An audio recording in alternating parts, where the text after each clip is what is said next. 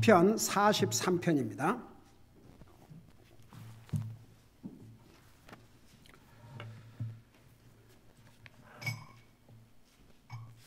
시편 43편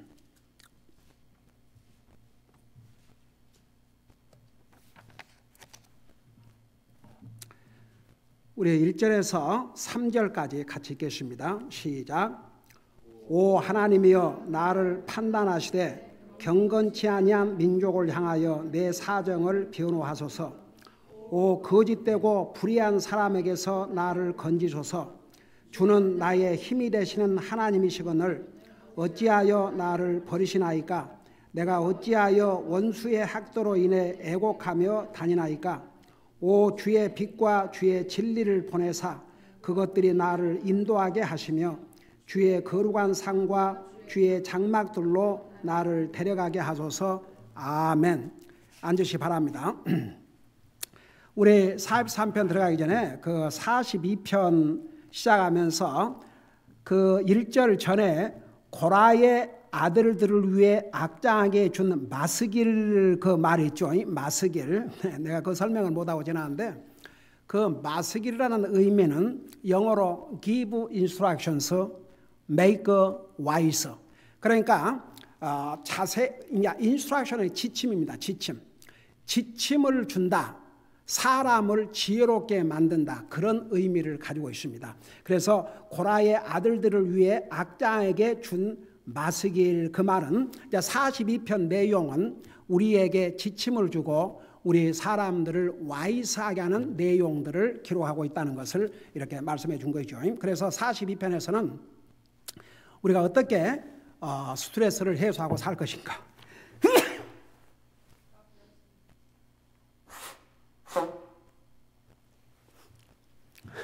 감기는 아닌 것 같은데 나한테 감기 내가 할 수만 있으면 감기 든 사람하고 악수를 많이 하려고 하는데 아침에 그 우리 오마냐 목사님이 어떻게 가까이 와서 얘기를 하는지 어떻든 감기 들지 않도록 조심하시기 바랍니다. 몸 따뜻하게 하고. 그래서 우리가 이 세상에 살면서 많은 스트레스를 받고 사는데 우리가 어떻게 스트레스를 이기고 살 것인가. 우리가 믿는 사람이라고 해서 스트레스 프리가 아니에요. 근데 스트레스를 받는 가운데서도 우리는 해피하게 살 수 있어요. 여러분 성경에서 항상 기뻐하라 그러는데 스트레스가 오면 우울해라 그러지 않았어요. 항상 기뻐하고 살아야 됩니다. 여러분 일이 잘 될 때는 기뻐하고 일이 안 되면 화내고 그것은 항상 기뻐하는 것이 아닙니다.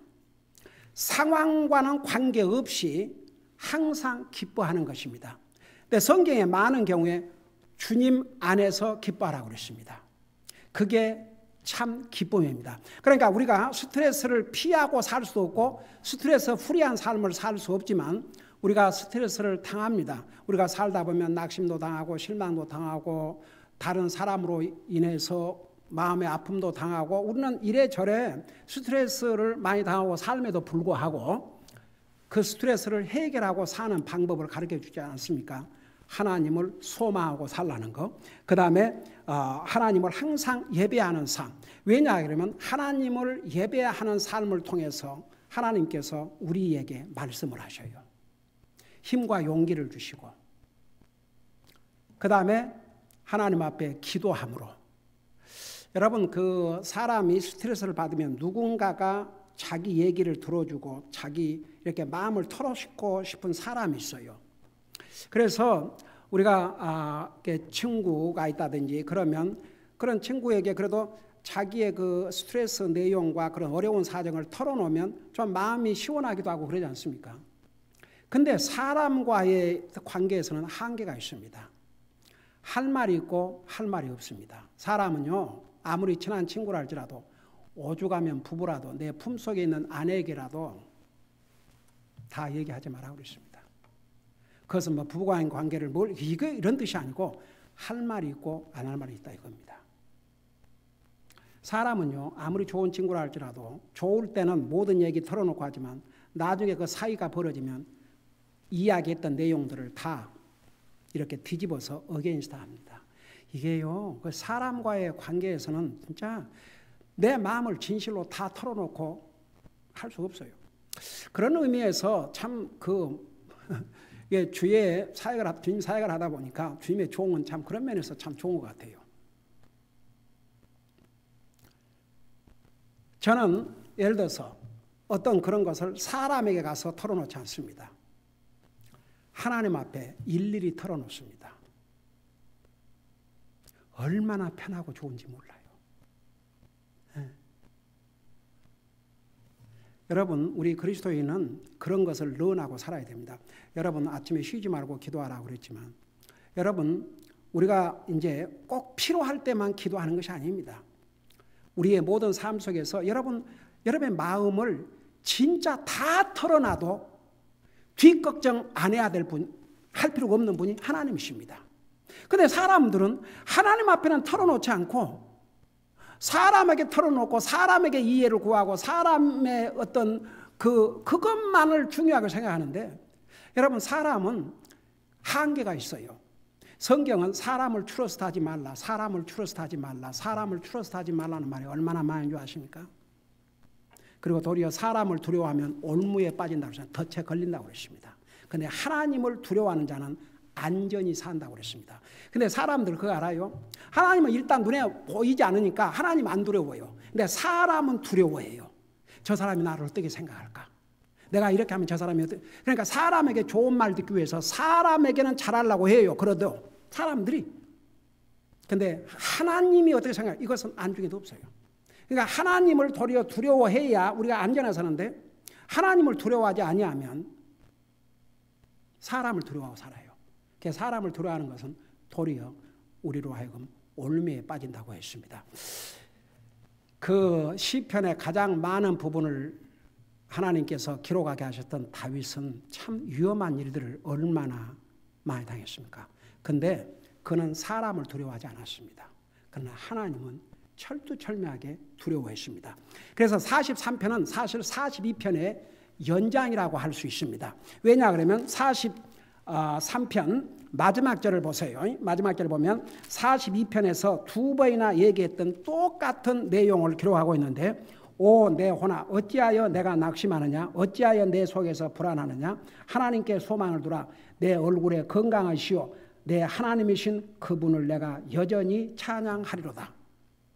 그래서 우리 사람을 스트레스 받게 하는 낙심과 불안과 이런 거 우리를 그 스트레스에 빠지게 하지만, 그럼에도 불구하고 하나님을 소망하고 그 다음에 하나님을 찬양한다. 이것은 항상 하나님을 예배하고 사는 사람입니다. 그리고 이제 42장 그 9절에 보면 내 반석이신 하나님께 8절에 그분의 노래가 내게 있으므로 내가 내 생명의 하나님께 기도하리로다.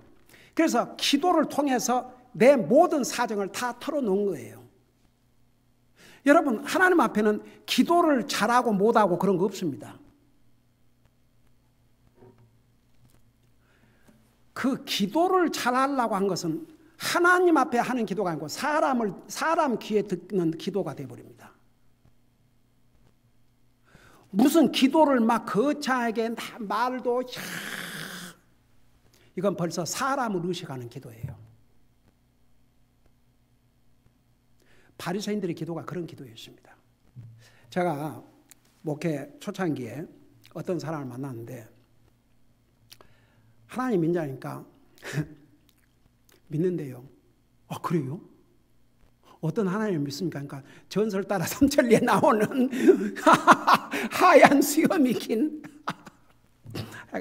그 양반이 자기는 죄를 진 적이 없다고 한 사람이에요. 그러고 나중에 그러면 당신 안 죽겠네요. 그러니까 어떻게 안 죽습니까? 죽지요. 죽는 걸 믿습니까? 믿는데요. 그러면 당신도 죄인입니다. 왜 사람이 죽냐면 죄 때문에 죽는다고.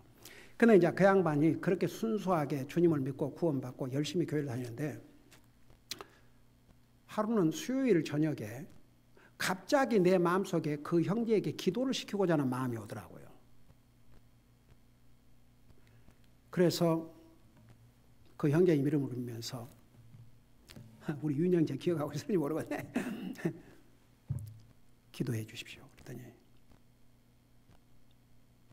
그날 밤에 그냥 성도들이 울고 난리가 났어요. 하나님, 저는 주님을 믿은 지 얼마 안 됐고 기도를 어떻게 할 줄 저는 잘 모르지만 제가 성경에서 예수님이 가르쳐 주신 기도를 제가 한번 말씀드리겠습니다. 그러면서 하늘에 계신 우리 아버지, 이름을 거룩히 여김을 파도없이며 이러고 기도를 하는데요. 얼마나 성령님께서 파워풀하게 역사를 하시는지요.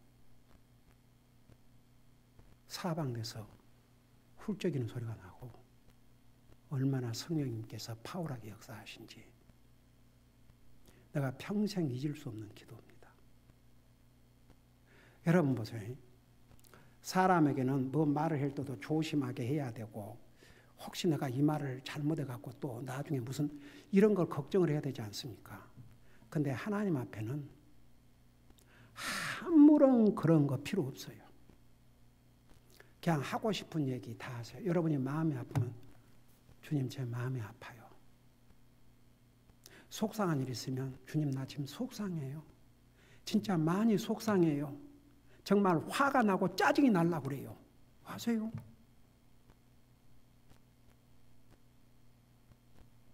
요나 그랬지 않습니까? 화를 내면서 나 이럴 줄 알았습니다. 아니 원수의 나라, 그 당시에 니느웨는 원수의 나라입니다. 이스라엘을 괴롭히는 원수의 나라입니다. 이 나라가 망하기를 원하는데 그 나라 가서 복음을 전하라니 얼마나 가기 싫었으면 도망갔겠습니까? 이 세상에 자기가 하나님 말씀을 전하면서 제발 듣지 말아라 그러고 전한 사람은 요나밖에 없었던 것 같아요. 또 말씀을 전하는 사람은 듣는 사람이 다 듣고 그 말씀에 순종하기를 바라는 마음으로 할 거 아닙니까? 근데 요나는 아니었어요. 내가 하나님이 전하니까 전하지만 제발 듣지 말아라. 제발 회개하지 말고 멸망해라. 그런 마음으로 전했는데 돌이 어떻게 했습니까? 백성들로부터 시작해서 왕이 금식을 하고 회개했지 않습니까? 그걸 살려주셨죠. 딱 뒷산 올라가서 어떻게 멸망하는가 보자 그러고 보고 있는데 이게 멸망하기는 고사하고 다 회개하고 하나님께서 멸망을 안 시키셨어요. 그러니까 화가 났죠. 내가 이럴 줄 알았습니다. 뭐라고 그랬어요 성경에? 하나님은 자비로우시고 은혜가 많으시고 오래 참으셔서 이럴 줄 알았습니다. 그래서 내가 그러니까 하나님께서 이런 감히 어디서 하나님 앞에 성을 안 그랬어요. 여러분 요나서 읽어봐요. 어찌하여 성을 내냐 화를 내냐. 이거 화가 내는 것이 그 옳은 일이냐 합당하냐. 그러니까 내가 죽기까지 화를 낼지라도 합당하라이다. 와 그걸 사람한테 얘기했다 보세요. 그는 정말 원수의 나라가 망하기를 원했는데 그 원수의 나라가 하나님 말씀을 듣고 경고를 듣고 회개하니까 화가 나서 하나님 앞에 그렇게 토했어요. 하나님께서 감히 너가 하나님 앞에 화를 내 그러고 주겠어요? 안 주겠어요? 어떻게 했어요? 교훈을 하나 주었죠. 싹 그 중동의 더운 날씨인데 박넝쿨이 싹 자라게 해가지고 지금 산에 앉아서 니느웨 성이 어떻게 망하는지 이거 보자 하고 있는 그에게 그 박넝쿨이 딱 그늘을 지게 해주니까 얼마나 그 뼈 앞에서 시원했겠어요. 그래서 한숨 돌리려고 그러니까 먼 벌레가 하나 딱 나와가지고 하나님께서 그거 다 먹게 했죠. 그래갖고 다시 햇빛이 내리쬐니까 이제는 죽는 것이 나에게 좋사오니 나 죽여주시옵소서. 그 주님이 뭐라 했어요? 사랑으로 이렇게 얘기를 해주셨어요.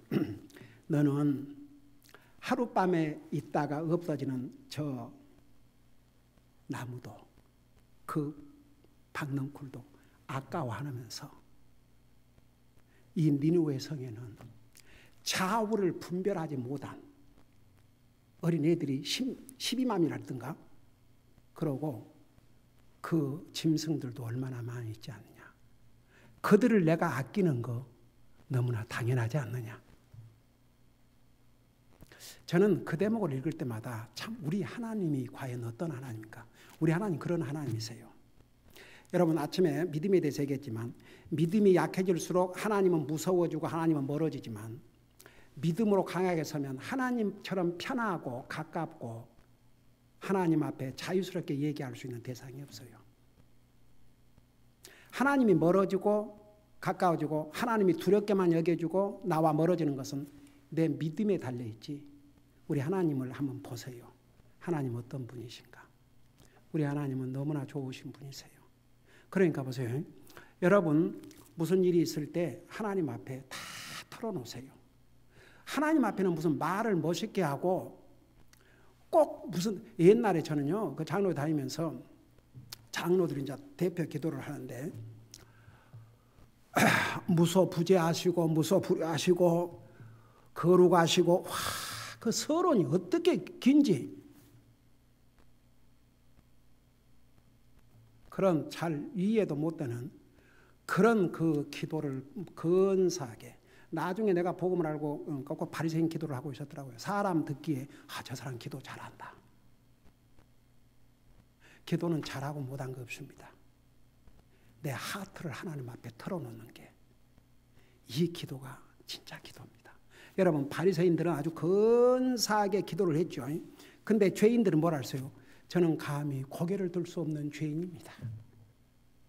그들의 기도를 하나님께서 들으셨다고 그랬어요. 그래서 보세요. 우리 하나님 앞에는 여러분 스트레스를 받을 때 일단 속의 것을 털어놓으면요. 스트레스 해결에 큰 도움이 됩니다. 그걸 기도로 털어놓으세요. 그리고 우리가 믿는 하나님 어떤 하나님입니까? 전지전능하신 하나님 아니십니까? 그 하나님을 소망하면 아무리 어려운 스트레스, 절망적인 상황에서도 용기를 갖게 되어 있습니다. 자, 그걸 생각하면서 지금 43장에 넘어가서 지금 이 시편 기자가 어떤 고통을 당하고 있는지 얼마나 스트레스를 겪고 있는지를 한번 보세요. 그래서 이제 그 43편은 이제 1절에서부터 3절까지는 적으로부터 다윗을 죽이려고 하는 이 시편 기자를 죽이려고 하는 사람으로부터 자기를 옹호해 주시기를 간구를 하는데 이제 시편 43편을 요약하면 이 지금 다윗이 하나님을 예배하고 섬기는 곳이 예루살렘에 있는데 아직 거기를 가지를 못했어요. 쫓겨다니니까.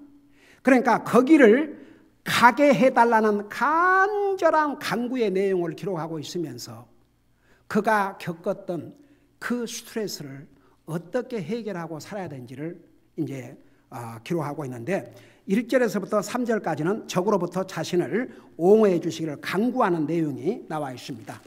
자, 1절을 보세요. 오 하나님이여 나를 판단하시되 경건치 아니한 민족을 향하여 내 사정을 변호하소서.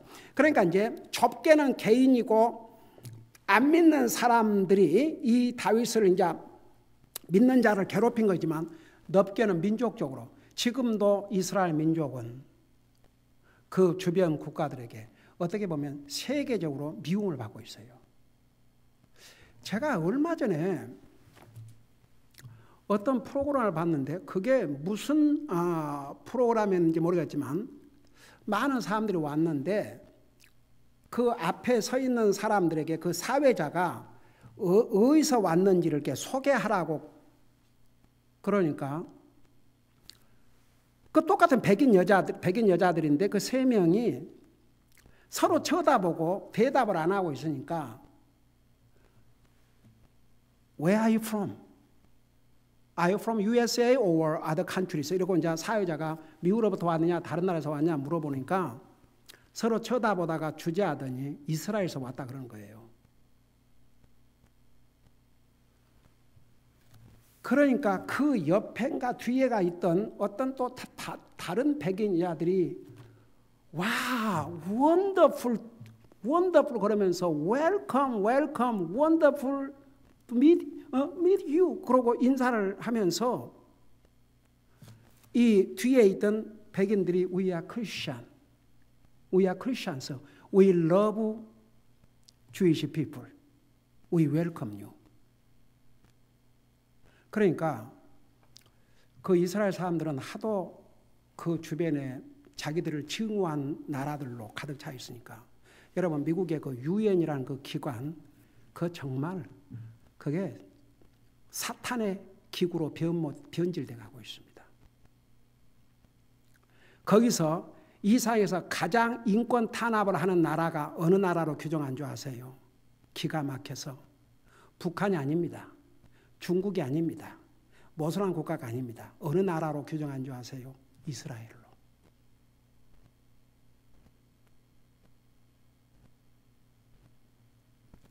기가 막혀서. 여러분, 이스라엘은 중동에서 유일한 민주국가입니다. 미국처럼 똑같이. 그런 이스라엘을 세계에서 가장 인권 탄압 제1위로. 이게 뭔지 아십니까? 사탄은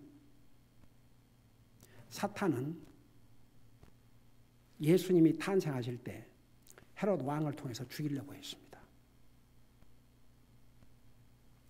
이스라엘은 미움을 받게 되어 있습니다.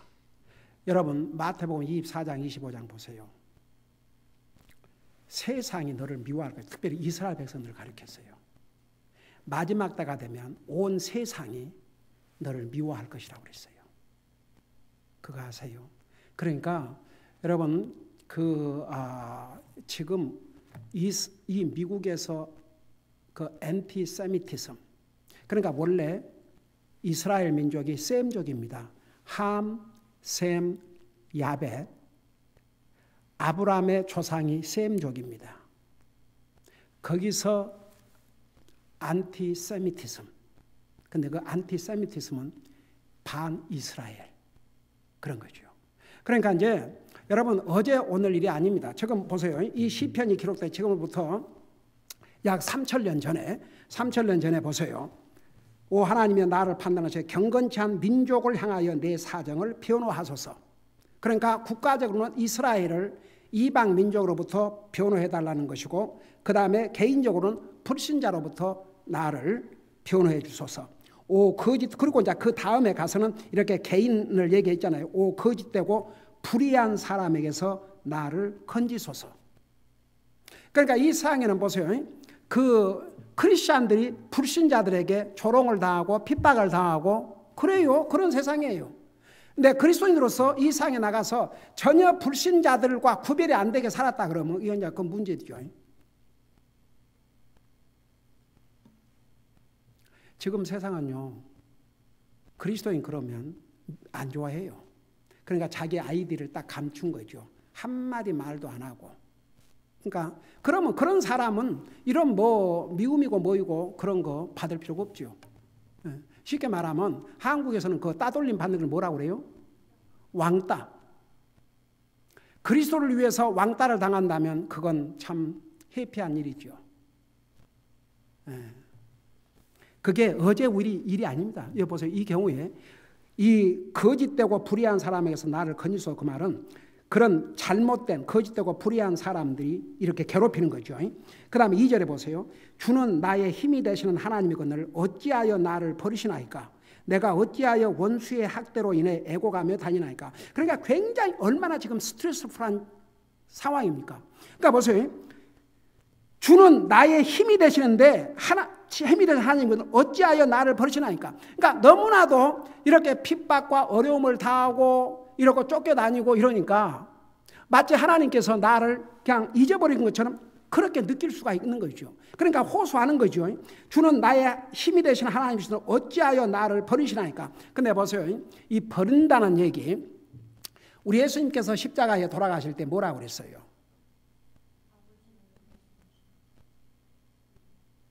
나의 하나님 어찌하여 나를 버리시나이까? 그 의미가 뭔지 아세요? 예수님이 나를 버리시나이까? 그것은 하나님과의 관계가 잠시 끊어지는 그 고통을 치루었다고 말입니다. 그러니까 죄는 하나님과 사람 사이를 갈라놓았어요. 그 의미가 됩니까? 이해가 됩니까? 지금 주님이 나와 여러분의 죄를 대신 짊어지시고, 들어봐요. 죄는 하나님과 사람 사이를 갈라놓는다니까요. 그러니까 하나님과 세퍼레이션 되는 그 아픔을 하나님이 겪으셨어요. 나의 하나님, 나의 하나님, 어찌하여 나를 버리시나이까. 그러니까 여기에 이 시편을 쓴 하나님이 항상 하나님께서 42여 명의 사람을 도구로 사용했는데, 그 중에 그 사람들의 경험과 체험과 그 여러 가지 그런 것을 다 사용했다지 않습니까? 그러니까 이 경우에 이 시편을 기록한 하나님의 사람은 자기가 마치 버림받을 정도로, 그 정도로 어려운 상황에 처해 있었습니다. 주님은 나의 힘이 되시는데 어찌하여 나를 버리시나이까? 그 다음에 내가 어찌하여 원수의 학대로 인해 애곡하며 다니니까? 여러분, 원수의 학대가 얼마나 심했으면 여기 애곡하며 울며 다닌다고 그랬습니다. 그래서 이 내용을 보면 여기는 다른 데는 다윗의 시 그랬는데 여기는 다윗의 시란 말이 없지만 다윗임을 알 수 있는 게, 다윗은 실제로 한번 생각해 봐요. 사울 왕에게 8년 동안 쫓겨다니지 않습니까? 얼마나 죽이려고 했습니까? 그러니까 눈물을 흘리면서, 여러분 다윗이 그때 나이가 몇 살인 줄 아세요? 다윗이 이러고 다닐 땐 다윗의 나이가 몇 살 같아요? 여러분, 그 망고 풍상, 그 어려움을 겪고 나중에 30세의 왕이 됐으니까 8년 동안 도망 다진 그 기간만 해도 8년을 30세 빼면 22살.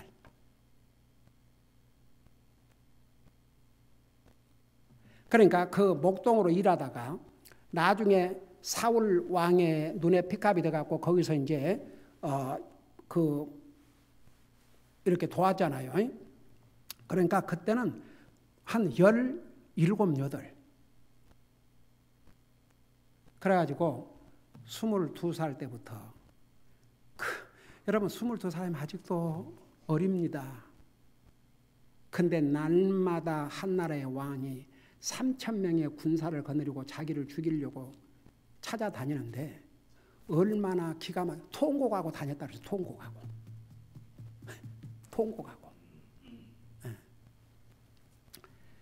내가 어찌하여 원수의 학대로 인해 애곡하며 다니니까. 그러니까 하나님 앞에 한탄을 한 거죠. 근데 보세요. 이런 한탄 성경에 그대로 기록해 놨습니다. 여러분, 때로는 우리가 한탄할 수 있어요. 어떨 때 마음이 답답하고 슬프고 뭐 그럴 때가 있지 않습니까? 우리 인생 살다 보면 이런 이유 저런 이유로 모든 것이 내 뜻대로 되면 좋지만 내 뜻대로 안 된다고 생각해 봐요. 근데 믿음은 만사가 제대로 될 때는 별로 몰라요. 근데 만사가 잘 안 될 때 그 믿음의 진가를 볼 수 있습니다. 근데 한 가지, 이런 고통을 당하면서도 변함이 없었던 것은 다윗은 하나님을 예배하고 하나님을 섬기고 하나님을 향한 믿음에서는 절대 떠나지 않았습니다. 그러니까 이렇게 한탄을 했어요. 주는 나의 힘이 되시는데 어찌하여 나를 버리시나이까? 하나님 절대 안 버리셔요. 절대 안 버리셔요. 근데 그 정도로 상황이 기가 막혔다 이겁니다. 어찌하여 내 원수로 인해서 내가 이렇게 통곡을 하면서 다녀야 됩니까? 그런 정도의 기가 막힌 상황이었습니다. 근데 이제 그 다음 절을 보세요. 3절에 보니까 오 주의 빛과 주의 진리를 보내사 그것들이 나를 인도하게 하시며. 여러분 보세요. 주의 빛은 뭐예요? 주의 빛은 뭐예요 여기?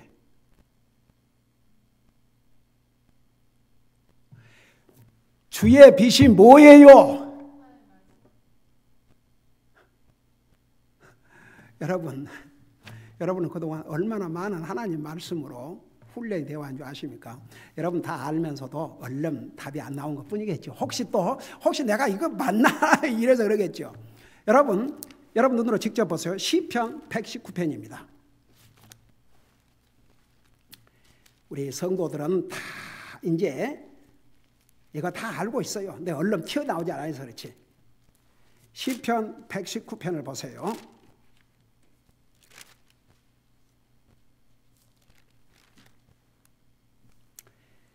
105절을 보시 바랍니다. 시편 119편 105절.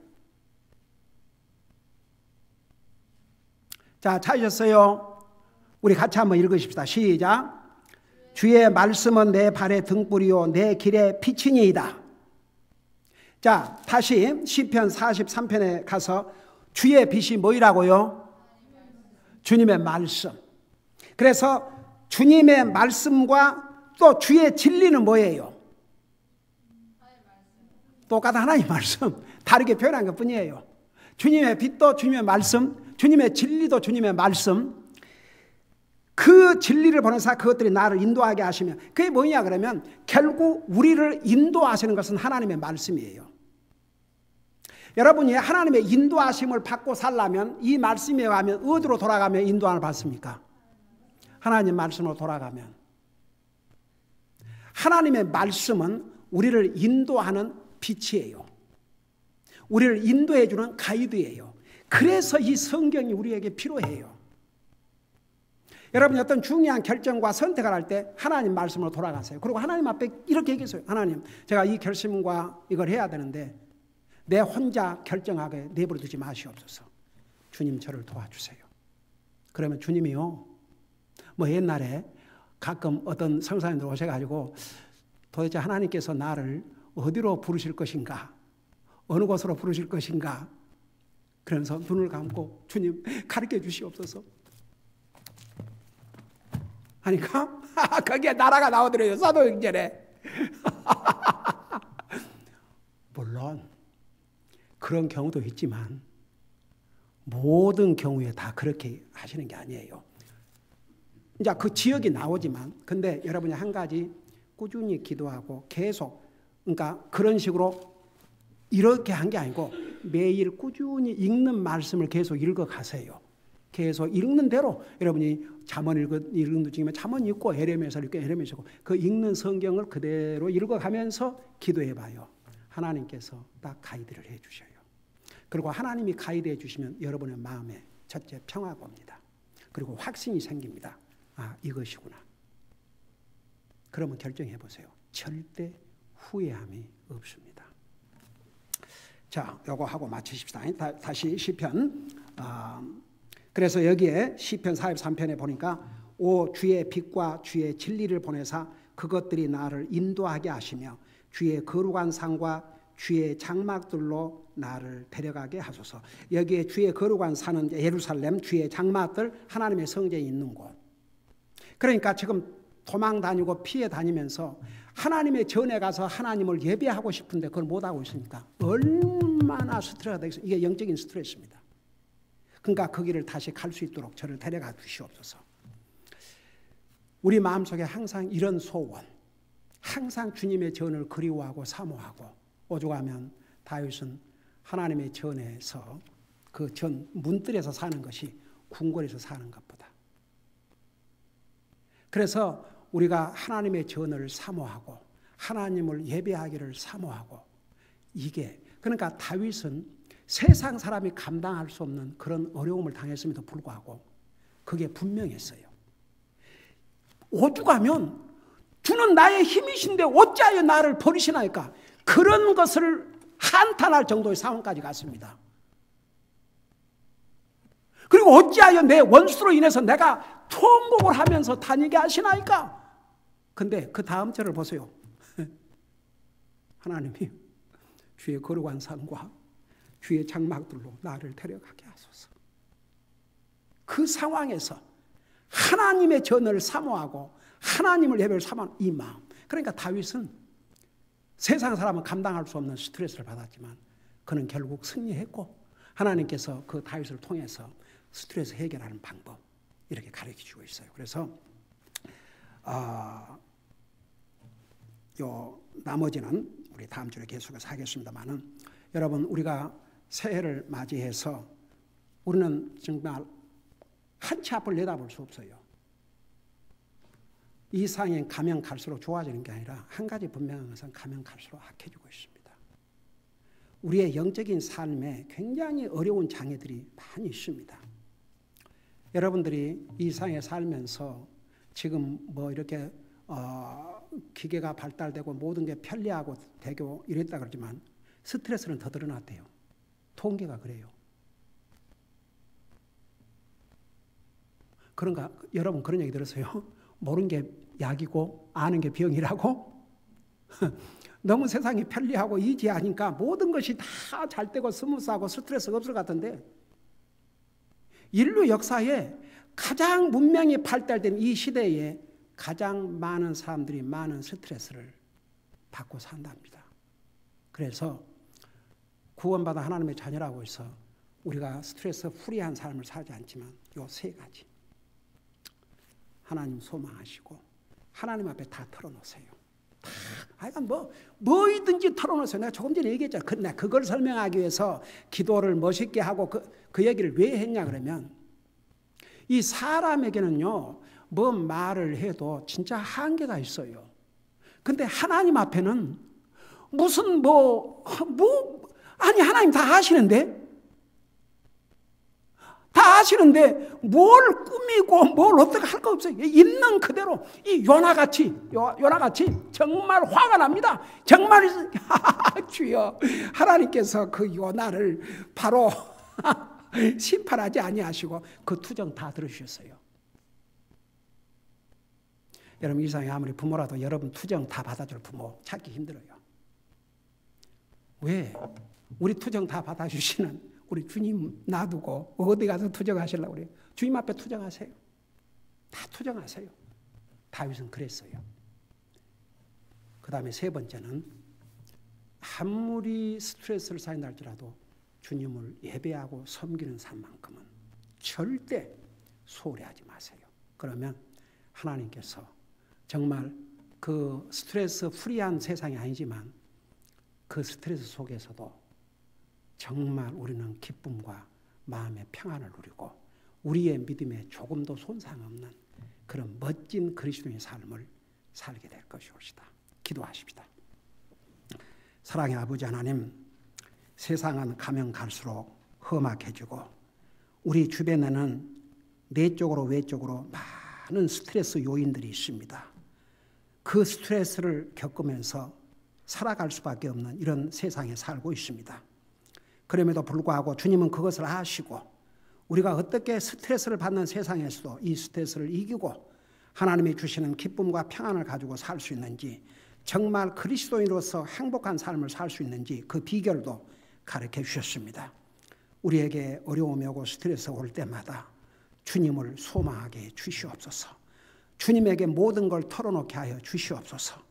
그리고 주님을 예배하고 섬기는 삶만큼은 결코 소홀히 하지 않을 때에 아무리 스트레스 많은 세상, 스트레스 많은 이런 삶 속에 살고 있지만 우리 주님께서 세상에 줄 수 없는 마음의 평안과 기쁨을 주시고 그리스도인으로서 정말 조이풀한, 해피한 그런 삶을 살게 해주실 줄로 믿습니다. 하나님 앞에는 감출 것도 없고 못할 말도 없습니다. 모든 사정을 다 털어놓고 주님 앞에 우리의 사정을 다 털어놓음으로 정말 우리 마음속에 쌓이지 말게 하시고 다 털어놓음으로 항상 우리의 마음이 기쁘고 가벼울 수 있도록 도와주시옵소서. 감사합니다. 사랑합니다. 예수님의 이름으로 감사 기도드리옵나이다.